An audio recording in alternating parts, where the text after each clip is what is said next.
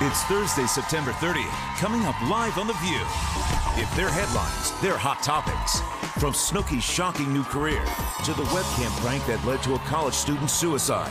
And Elizabeth is giving you the real deal on what Coach Jimmy Johnson had to say about being on Survivor.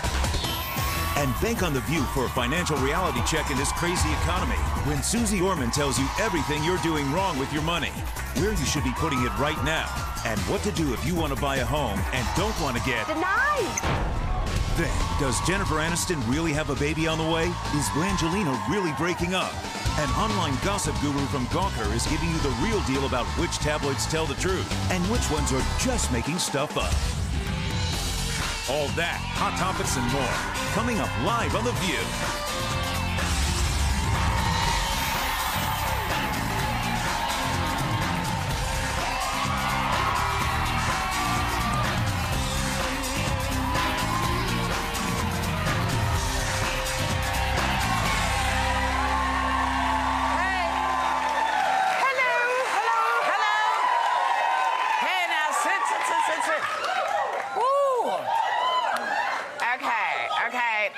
Okay, just hold on. Welcome to The View, of course. But before we start our show, I simply have to tell you that the publishers at Simon & Schuster just announced there's a debut novel hitting the shelves in January, and the author is, I'm so moved by this. Snooki. Now, it's important to know that earlier this year, Snooki tweeted that she was reading her very first novel. And so now she's writing it. And I just wanted to know what you guys thought. All I can say is, where is writer's block when you need it? I mean, and she can write it, but can she read it? That would be the question. Can she read the book?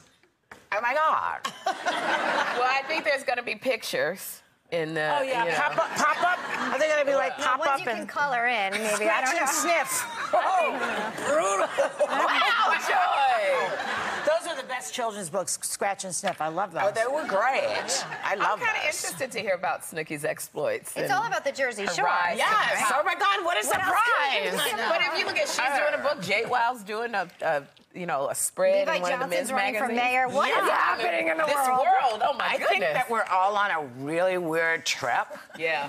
And like we're gonna wake up and realize it was all a dream, kind of like JR. It's like we can only help. That is funny. Okay, so we've dispensed with the foolish, and now we get to something really insanely tragic. Yeah. A Rutgers University freshman committed suicide after his roommate and his roommate's friend secretly recording him engaging in gay sex acts, and they posted it online. I mean, what would possess you? Why would anyone think that was a funny thing to do, or a prank? Well, it's turned out to be a quite sadistic thing to do, and the consequence here is a death. It's a death. A life is lost. This boy decides to take his own life because of what these two people did, in fact, and only a court will end up deciding how culpable they are indeed in terms of serving time. But it does expand the conversation in terms of ethics and responsibility with technology. We always say this. The folks that did it, I'm sure this was not what they were expecting to have happen. No, but you know what? We're in this world where stuff is posted. You know, people have the camera phones and stuff is posted online so quickly. Mm-hmm. And I think the question a lot of people ask is, you see all of this crazy stuff posted online. You can go to YouTube and find it. Where does it stop? How far is anybody going to go? And now you've got somebody posting their roommate having sex and saying this is going to get me a lot of attention. That was a nice roommate, wasn't it? I mean, the guy spends time with him as a roommate, and then he does this to his friend. What a nasty little creep. He is. And you know what? They could get 5 years, these kids. They could get 5 years in prison for this. Yeah. And that is a teachable moment out there now. People should take note of it. It should occur before, not after, though. I think the problem that we're having now is that actually the kids and teens and even those now going into college were so way ahead of the adults who were supposed to be teaching them ethics, right? So we try to teach our kids things that are right and wrong, but yet we were so behind in a way in terms of technology with them that we didn't give them. I don't think we gave them. Is a good way to go, but prison is a better way. We didn't give them the tools that they necessarily needed. Except that, you know what? When you say you don't give them the the tools that they need. You try to teach your kids right and wrong. So the difference was that it was a game of imbalance, right? So everything before, say, being able to text and send things, they knew the what before we could tell them how to do it. We were raised, I'm sorry, I was raised differently. There are just certain things you don't do. It's just certain things you don't do. And if we now live in an age, because I think it has to do with the idea of all the things we put up. We put up everything. Everything is on television. Everything is there. So I kind of get why they would think this would be a smart thing to do.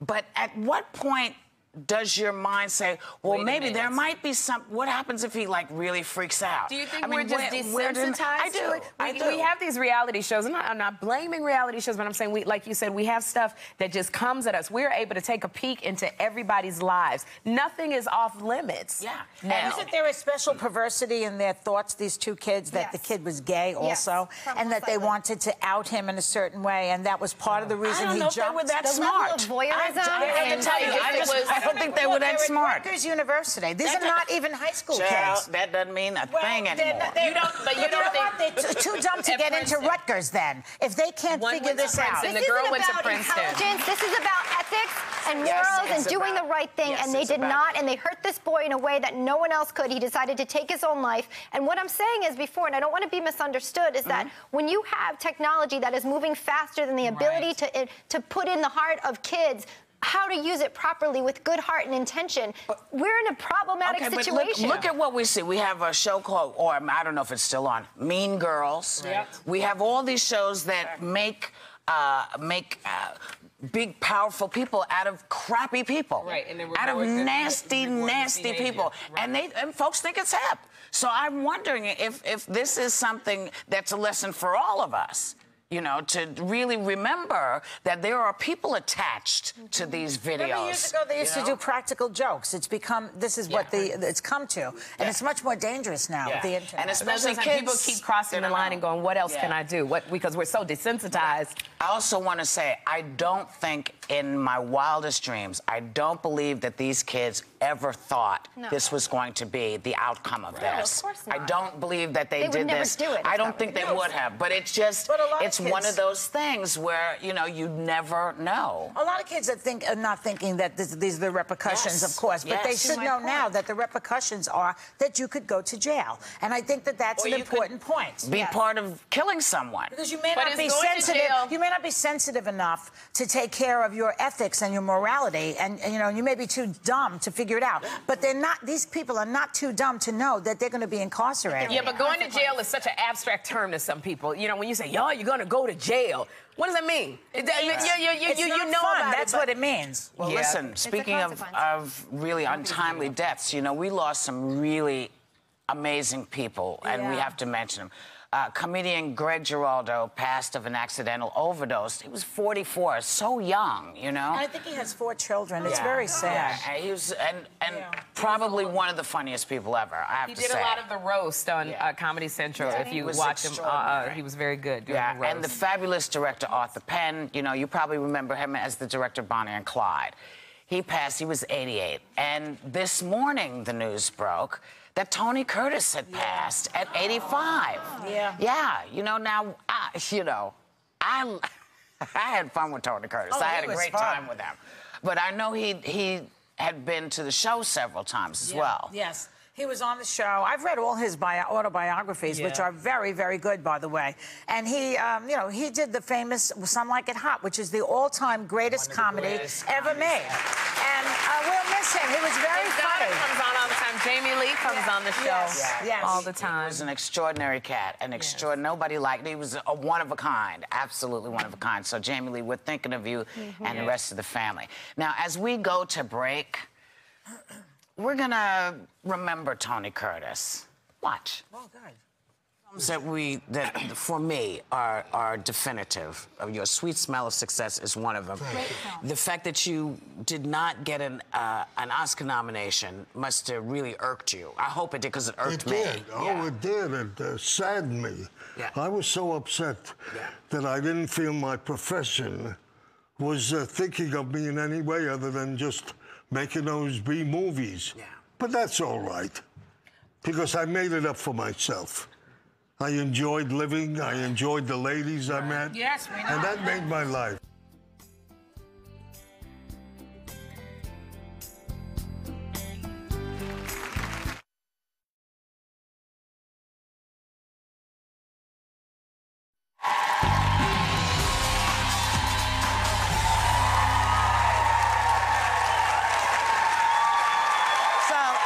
Just to show you how versatile we are going from the sublime to the ridiculous. The Tea Party candidate for governor of New York, Carl Paladino, got into it with New York Post reporter he accused of stalking his daughter and warned, "I'll take you out, buddy." When the reporter asked what he meant by that, Paladino responded, "Watch." Wow. Gee, I didn't know The Sopranos were back on the air.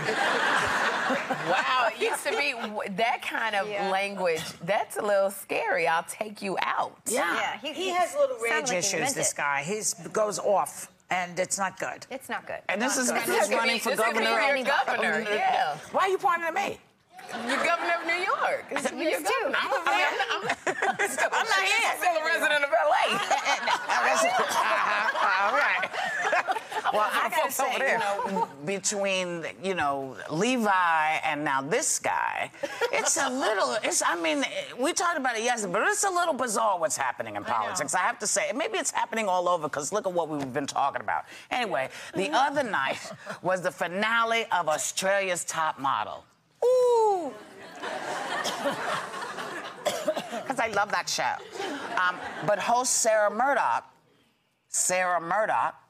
wasn't quite sure who that top model was. Watch. No. Australia's next top model for 2010 is... It's you, Kelsey.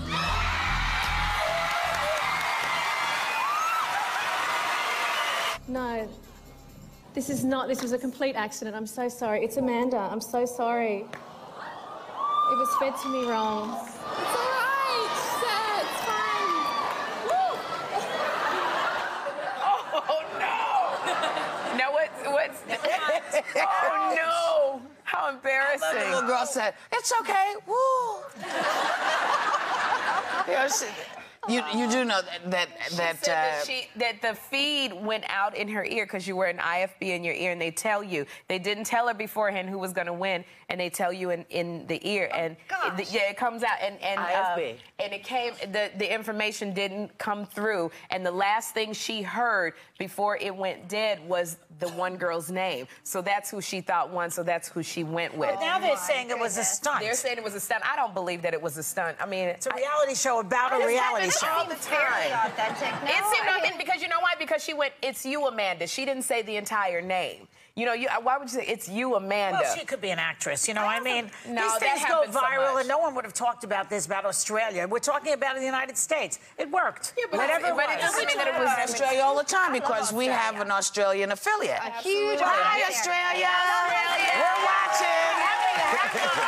I'm saying it became a worldwide thing. But this kind of thing happens all the time, Joyce. Something will go out, we'll get snow. I mean, how many times have we sat here and all of a sudden you hear this loud noise and we're like, "Oh, shoot," and trying to act like everything's normal, and you're hearing a bunch of noise in your ear. That happens to you often, does it? It happens to me all the time. Is it a conspiracy? It might be. Somebody could be doing you. Are you practicing witchcraft? Speaking of witchcraft, Jimmy Johnson. The fabulous Jimmy Johnson is the latest Survivor cast-off, and he says it was the most stressful time of his life, including the Super Bowl. Yeah. Now, you have been there, yes, Elizabeth. I think, he was in Nicaragua, just got voted off. I think he spent 8 days there. That's when I was in, speaking of Australia, the Australian outback there. Look at 30. How skinny you are. You have abs like the situation. Yeah, I've got some abs now, too, actually. In the situation. I'm working on my abs now. But they actually, I mean, it was more than having 2 out of my 3 kids without an epidural, because they both failed the last 2 times it didn't work for me. Survivor was the most trying, difficult, physical time that I've ever experienced. So I can totally relate. And Jimmy Johnson, I mean, this is a guy. Yeah. He's probably most afraid, I think, of Michael Strahan, probably dogging him for maybe seeing him without a shirt on. But he went against Jerry Jones. I mean, he had major clashes in the NFL, cutthroat coach. So for him to say this, I think he's right on point. It was a tough time. That is crazy. Obviously, dips in Survivor either. No, it's a great diet for anyone who wants to go. But it's kind of like here. No chips and dips for us here Not either. anymore. No, that's probably good, because dip gives me gas. You know? That's just me. All dip? Most dip. Most dip. Yeah, most dip. So no dip. No dip for the whip. Now, before we go on, aren't you on 30 Rock tonight? I am on 30 Rock tonight. Watch it tonight. You know, Tracy, I play Angie Jordan, Tracy Morgan's wife, and I'm pregnant on the show, so watch. Really? Yes, Are you giving birth on the show? I believe so. Are you going to give birth on the show? I'm going through delivery. Do you have an epidural? No, they didn't give me an epidural. It's a fun screaming. episode. Wow. Fun episode. Wow. Just legs all... I've always wanted to be, Whoopi, my two fantasies, I've always wanted to be in a horror movie where I get my head cut off. In a what? Horror movie? A horror movie. A horror. That's when you want to... You want to work with that. Horror? Yeah. No, I don't want to work with horrors. Yeah, you want to say horror. Only because when you say, I want to be in a horror movie, someone will come and say, hey, you know, we're shooting this thing out on the corner. Do that. We're going to come right back with more Hot Topics.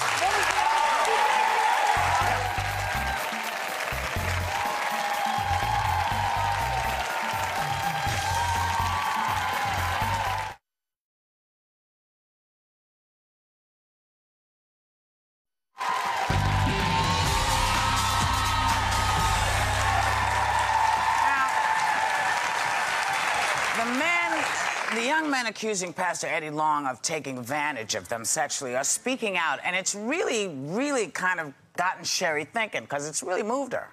It has. You know, there was one of the accusers, Jamal Paris, spoke out. They caught him going somewhere, and he actually spoke out.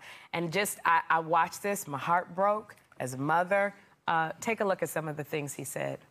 The media and the press and the rest of the people around the city or around the country look at us like, how can a grown man let another man touch him? What you have to understand is this man manipulated us from childhood. This was our father, and we loved him. While you can sit in front of the church and tell them that you categorically deny it, you can't say that to our face. And you know this. You are not a man. You are a monster. He's suing him. They're all suing him. This has just changed, and I'm speaking from the perspective of a single mom who is trying to raise a young boy.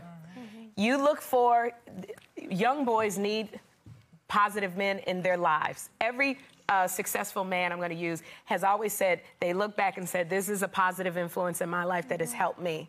So this has changed for me because I am open to having a man come in who's doing something to teach my son, to help, you know, teach my son how to be a man. So when you trust a person like this, who has, you know, who has influence, who's done good things, you doing things in the name of God. Doing things in the name of God. You know, it's really hard because I think now it takes it back to now you're looking at every man that might possibly come in. You're looking at them with an ulterior motive. Maybe people need to look at wolves in sheep's clothing. You do, but Joy, when you look at a man who's never had anything, but why would that has never had anything, any negative association? Anyone is aware of. Anything anybody's aware of. I mean, you know, I send my nephews each year to the Michael Jordan basketball camp.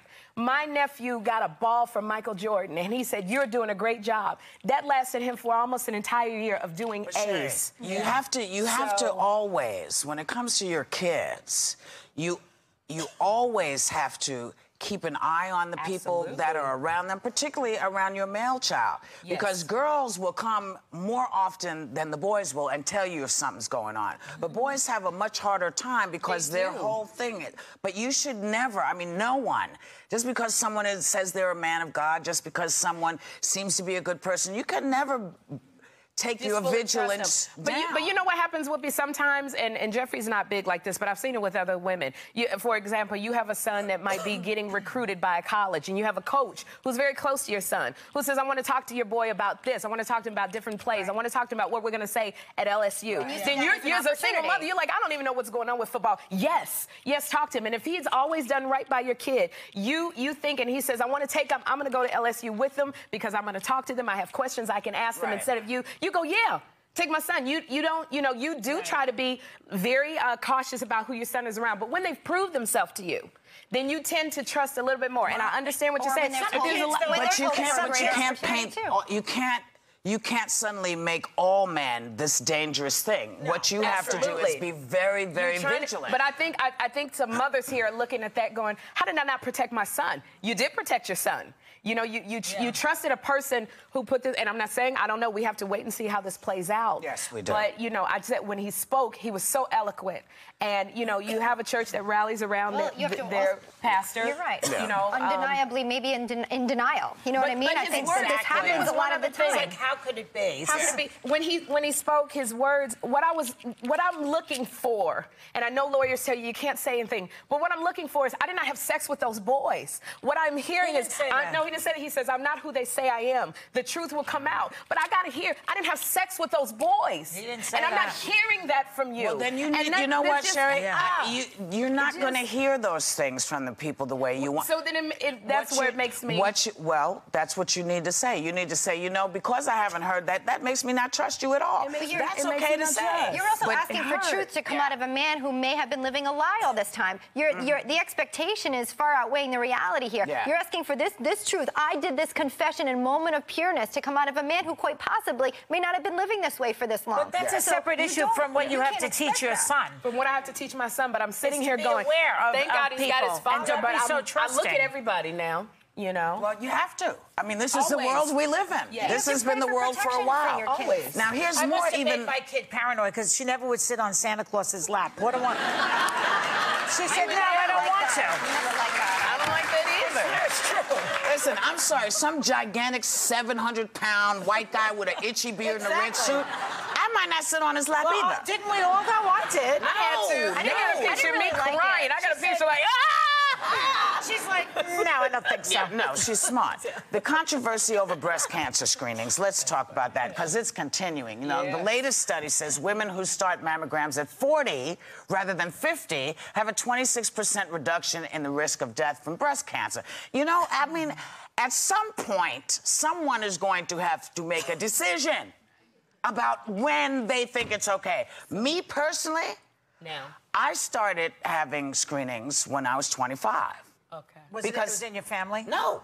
Then why did you do it? Because I knew that prevention, an ounce of prevention, was worth everything. And so I did my mammograms. Go get a mammogram. They're easy, they're slightly uncomfortable, but damn it, you know. I've never had one. I'm going for the girl, first time. They take your boob and flatten it. You want to go?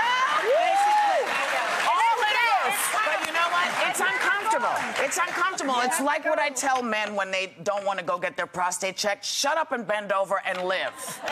You know, get your breast checked and get it done. My boobies. Now, Sherry. Yes. Speaking of seafood. Absolutely. October is National Seafood Month, and Bonefish Grill was just named Best Seafood Winner by Zagat. So they're giving members of our audience a $100 gift card to come in and celebrate with them. Yay!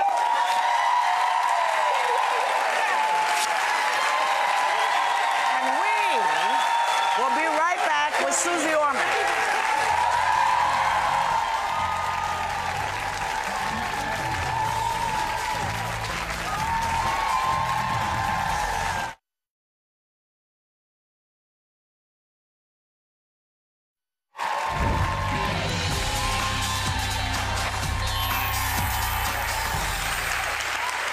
Why is the United States in a giant mess of bailouts, foreclosures, and deficits? I'll tell you why. Because Susie Orman isn't running things in D.C. That's why. But she's here today to put your financial house in order, so put down that credit card, pick up a pencil, and please welcome Susie Orman.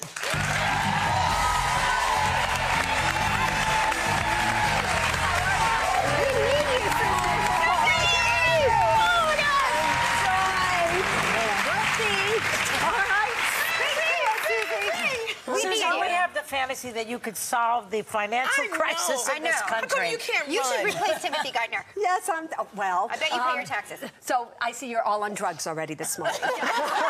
Well, really only me. We're just so excited you're here, girl. Thanks, so let's find out some stuff from you and tap into your expertise. First of all, the tax going back to...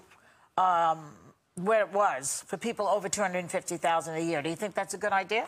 Here's the thing. I actually don't. Now, it depends on what we're talking about here.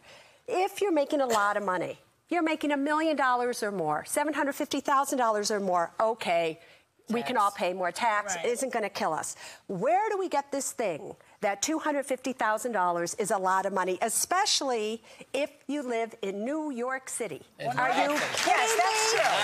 But most people don't live in New York City. Chicago, or any of the big cities across the nation. So all right, so you punish those that live here, that live in LA, that live in California, that live in the places where the do you know that the average median house here is $500,000? It's rough here. It's rough here, but these people matter. You can't say we don't matter in New York City. You matter. So either you index it according to... What does that mean? Meaning, all right, so it's $600,000, yeah, cost of living here in New York. The way it's Iowa, it's That's less. good. That's a good idea. So do it according to what does it cost you to live? What does it cost you to take care of your family?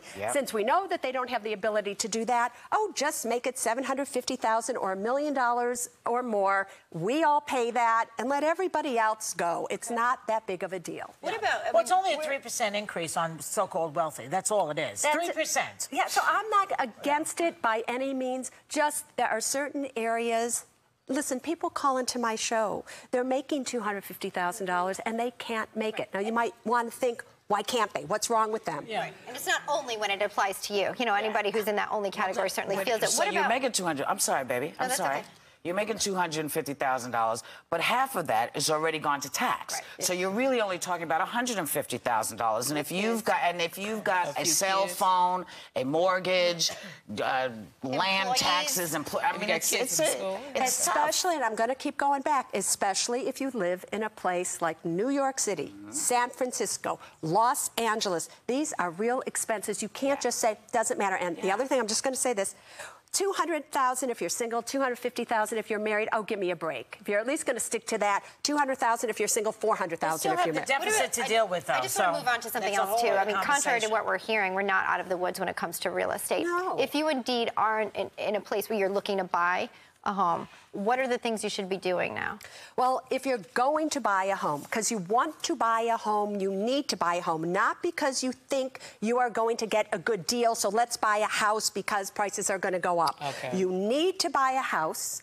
Then what you want to do is you want to make sure that you still get a steal of a deal, because if you're asking me, I don't think the real estate debacle is over. There are many, many houses that are still not in foreclosure that should be in foreclosure. You have J.P. Morgan Chase today saying they have eliminated foreclosures as of today on 65,000 homes. Why? Because they can't prove that they should go into foreclosure. So there are many houses that should be in foreclosure that aren't. So real estate prices should still, in many areas, continue to go down. Is it a good idea to buy a foreclosure home? If you can get a steal of a deal, if you have at least 20% to put down, you can afford the mortgage, the property taxes, the insurance, the maintenance, and besides all that, you have an 8-month emergency fund after the 20% down with a 30-year fixed mortgage. Oh, you go buy whatever you want. Now, I want to talk about... I keep hearing about gold. You know, buying gold. Is it the right time to buy gold? Yes, really high. It's high. It's at about 13 right now, but I have to tell you, there's nothing preventing it from going even higher. And so all of us are afraid. We're afraid that nobody knows what they're doing. Where do we put our money? We're only getting 0.5% or 1% in a money market fund. You see something going up. So for a small amount of money, I don't have a problem if you want to buy gold, but if you're going to buy gold, don't buy the actual commodity because you have to store it. You have to have it reassayed if you sell it. You can wear it. What about wearing it? Well, It's hard to wear it in, guys. Wear your teeth right here. Porcelain's better. See, you can't tell you have cavities. But buy an exchange-traded fund that invests in gold, and just know if you're going to do it, but just a small amount, and you better watch it because it can go either way from this point on. I just wanted to ask you, so now this is sort of Susie Orman 101. If you are in debt right now, what is the one thing you need to do first? If you are in over your head, what's the first thing you need to do? You need to get that you're in over your head. You actually need to scream it to the world that you have debt, believe it or not, because once your friends know you have debt, most of the time you have debt and nobody knows you have debt. Because you're all financial liars, so to speak, because you're, you know, you are. You're everything. Well, you are. You know, your car is mortgaged to the car company. Your clothes to the department store. Your house to the mortgage company. Everything is more. You don't have any money, but you look like $1 million.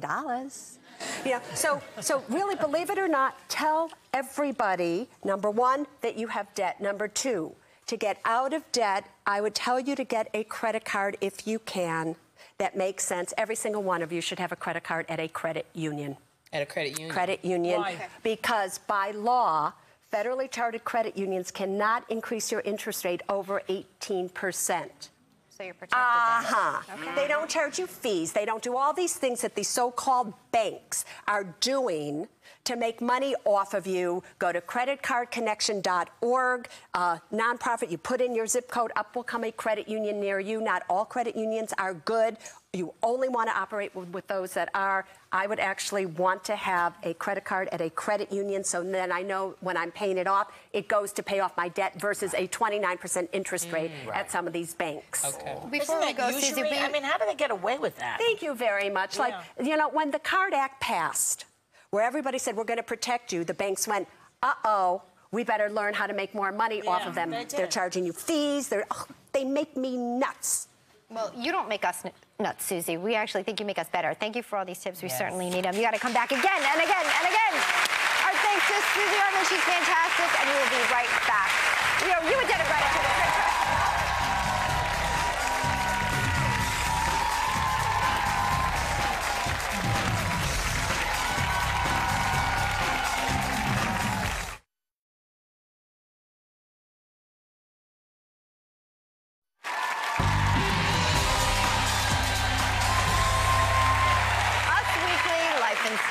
Star. Do you believe all the gossip you read in the tabloids, media, and pop culture blog Gawker.com found out which ones tell the truth and who's just making stuff up? And here with the results is Gawker.com staff writer Maureen OConnor. Welcome, Maureen. Hi.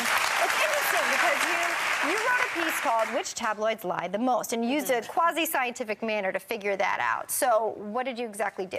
Well, we looked at 20 months worth of tabloid stories, and we looked at all the things that could be proved true or false later. Like, we looked at pregnancies, marriages, divorces. You can see 9 months later, was a baby born? Did they file for divorce? Okay. We looked at breakups, reconciliations, engagements, and adoptions. So we went through all this data, and we figured out which ones came true and which ones turned out to be false. And which magazines? We looked at Us Weekly, Life and Style, In Touch, Star, and OK Magazine. Okay, so now starting with the most accurate and ending with the least accurate, which tabloids have the best record of, or which tabloids have the best record of telling the truth? Us Weekly was the best. The best. They had the most exclusive with celebrities, most celebrities actually giving them stories directly. After that became Life and Style, then In Touch, OK Magazine, and Star Magazine was at the bottom. Oh, interesting. Okay, so we want to look at specific examples because this gets dicey when here. Star made up the most stories when you... They were, they had the fewest true stories. What a surprise. I want to go through some specifics here. We're going to start with Us Weekly. What did they get right? Well, they were right about Elin Nordegren's divorce from Tiger Woods. Okay. I mean, a lot of people were guessing that, and they got it way back in January. It wasn't until August that they formally announced their divorce. Okay. And what did they get wrong? Jessica Biel and Justin Timberlake. About a year ago, they said that they were breaking up, and they're still together. Yeah, he was just here. I want to move on to Life and Style then, okay? So what did they get right? Well, they were right about Kim Kardashian breaking up with Reggie Bush at the beginning of the summer. They were wrong about Kim Kardashian getting pregnant. Oh, they weren't. She did not get pregnant. They weren't. Okay, so then the headline was it was the backside. They got it mixed up. What about In Touch? Sorry. What did they get right? In Touch was right about the Gosselin divorce. They said it about a couple weeks before the Gosselins announced it on their TV show. They were wrong about Brad Pitt and Angelina Jolie divorcing. They're still together. That's the story that just won't die. Everybody was saying that, right? Okay, so now what about OK Magazine? So OK Magazine, they get it right? They were right about Kristen Stewart and Rob Pattinson. We don't know if she'll love him forever, but they admitted that they were together months later. Okay. They're still together. Right. Oh, good. Yes. Forever is a long time, though. Yeah. Forever is long. We'll see. What did they miss on? Jennifer Aniston getting pregnant. And that's like wishful thinking. Everybody keeps saying that, right? She's not having a baby. Is that the same magazine that said Kim Kardashian was pregnant? No, that was the other one. That was Life and Style. Now let's get to the one who finished last in terms of accuracy. It was Star, correct? Yeah, and they were right about Kelly Preston getting pregnant, which was a surprise for a lot of people. 47 years old. Yeah. She confirmed it shortly after this story landed on the newsstands. Oh, wow. But they were wrong about Tiger Woods hitting on Jessica Simpson. Oh, which, gosh. I don't believe that. It was like the height of the Tiger fervor, you know? And someone sees a picture of Tiger Woods with a beautiful blonde woman. And, of course, immediately, Jessica actually tweeted saying, this is ridiculous. Where do these rumors get started? Well, often they'll start as someone like a peripheral character, the hairdresser, or an ex-maid, something like that. But anybody can say anything. Anybody can say anything. Don't they have an obligation to verify these stories? And why don't people sue them when they're wrong? Well, first of all, just because a story is wrong doesn't always mean it's libelous. Like, it doesn't, for instance, saying that Kim Kardashian is going to have a baby doesn't necessarily defame her character. She might have a baby someday, you know? Right. But also because, what we found was every single tabloid was significantly less accurate on the cover of the magazine than the actual stories. And that's because the cover and the headline will say, yes, I'm having a baby. Then the inside story will say, someday I'm having a baby. So, you know, there's sort of a little bit of a bait and switch. Right.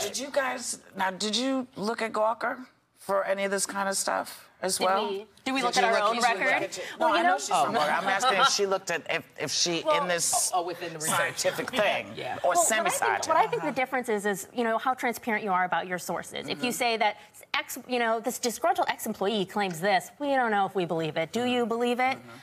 Which, you know, that's sort of the difference between that and somebody that's just going to say, this is happening, Brangelina breaking up any day. Except that they pay people, a lot of these magazines. So then you really can't trust. People want to make money. We're in a bad economy. It's a good way to make money. That's another thing. Story. But you know what? We didn't go through ourselves. I'm always saying on all these covers, I'm always seeing like Kim Kardashian and the Kardashian sisters on the covers all the time, and I buy it. But which celebrities sell the most covers?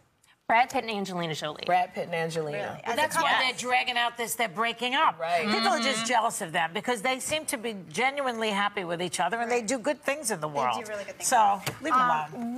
Which celebrities in your study did you find have the most inaccurate stories written about them? Or Brad Pitt and Angelina. They've got the most stories and they've got the most false stories, Is that because they're the most beautiful?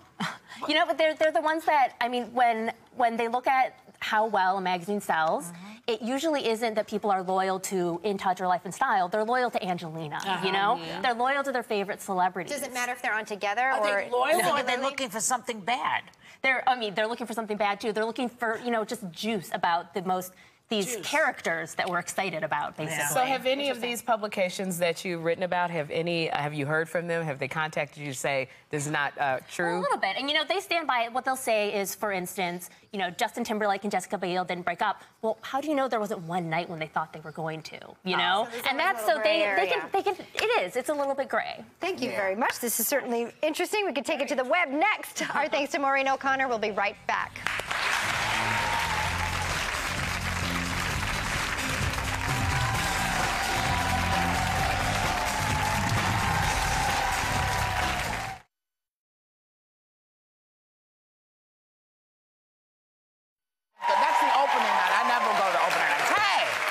This was a really good show. I mean, that advice from Susie Orman was like off the charts. I know. I wish you could just give us a little of that every day. That you're in debt, because then there's nothing to hide. It's fantastic. Hey, listen, if you don't do that today, that's all right.